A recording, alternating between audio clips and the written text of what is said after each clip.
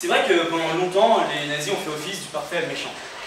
Je me souviens, un petit élève indiscipliné du collège Léon Queneau à Paris, courir le soir en rentrant chez moi en prenant le plus vite possible pour dézinguer des légions entières de la Wehrmacht sur Battlefield 1945, aux côtés des forces de l'Alliance, les Américains et les Soviétiques. Alors oui, c'est très facile de s'attaquer à Hitler et consorts, d'autant plus que dès l'âge de 10 ans, on nous bombarde d'images terribles sur l'horreur des camps, sur les montagnes de corps squelettiques, bousculées par les bulldozers et les alliés lors de la libération. La certitude sur la monstruosité du Troisième Reich se soude éternellement lorsque Madame Cambard, notre professeur d'histoire, décide de nous emmener en voyage au pays de la vodka. Oui, en Pologne, à côté d'une charmante ville qui s'appelle Cracovie, dans le camp de Auschwitz-Birkenau.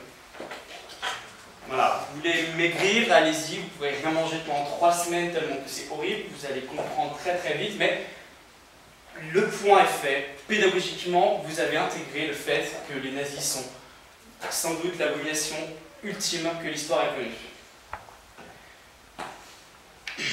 L'enfer qui s'est déroulé dans ces camps, voilà, on la connaît. Maintenant, même l'académisme historique s'est efforcé de nous expliquer donc, chaque rouage de la machine nazie, et seulement le temps a passé.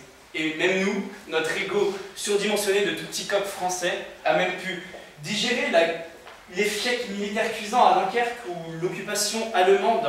Nous avons, jusqu'au Panthéon, célébré les héros de la résistance, et nous avons fait brûler en enfer tous ceux qui avaient eu la faiblesse d'esprit, oui, d'être des vendus, d'être des pleutres ou des balances lors de l'occupation. Il suffit de visiter Berlin pour se rendre compte de l'étendue de la cicatrice qu'a laissé la guerre dans les cœurs et dans les âmes en Europe.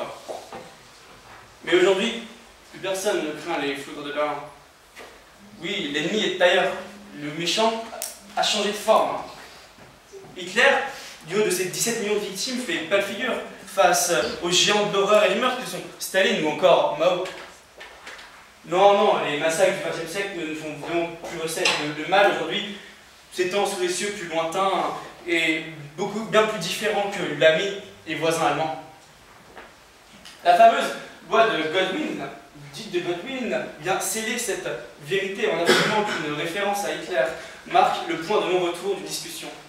Elle discrédite d'emblée toute dialectique, tant il est convenu que ce petit homme est terrible.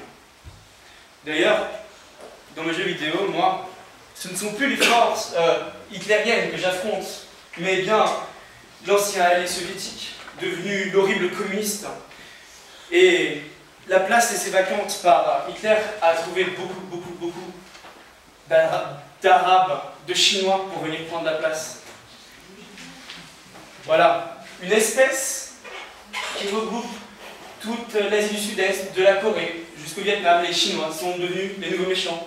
Une autre qui, globalement, regroupe tous ceux qui ne sont ni blancs, ni latinos, ni jaunes. Ces Arabes sont venus nous faire face en tant que chefs de la monstruosité. Oui, ces Arabes qui, lors d'une belle journée d'automne, viennent semer la terreur dans une ville paisible comme New York.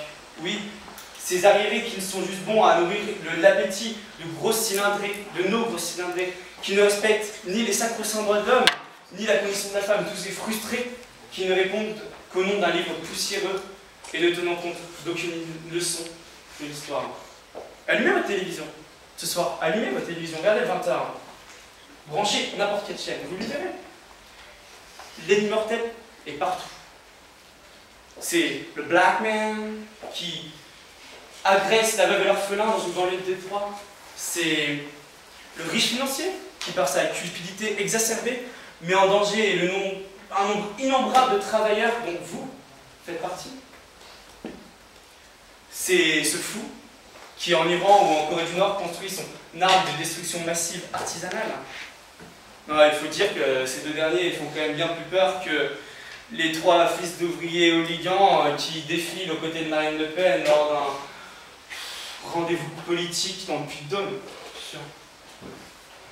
Non, le point Goodwin nous montre que les vrais méchants aujourd'hui, ce sont tous ceux-là, cet ensemble hétérogène d'insupportables incapables de se ranger dans le droit chemin du libéralisme conquérant et de la mondialisation. Ce n'est sûrement pas la douloureuse blessure que l'on a connue lors de l'Europe industrielle déchirée.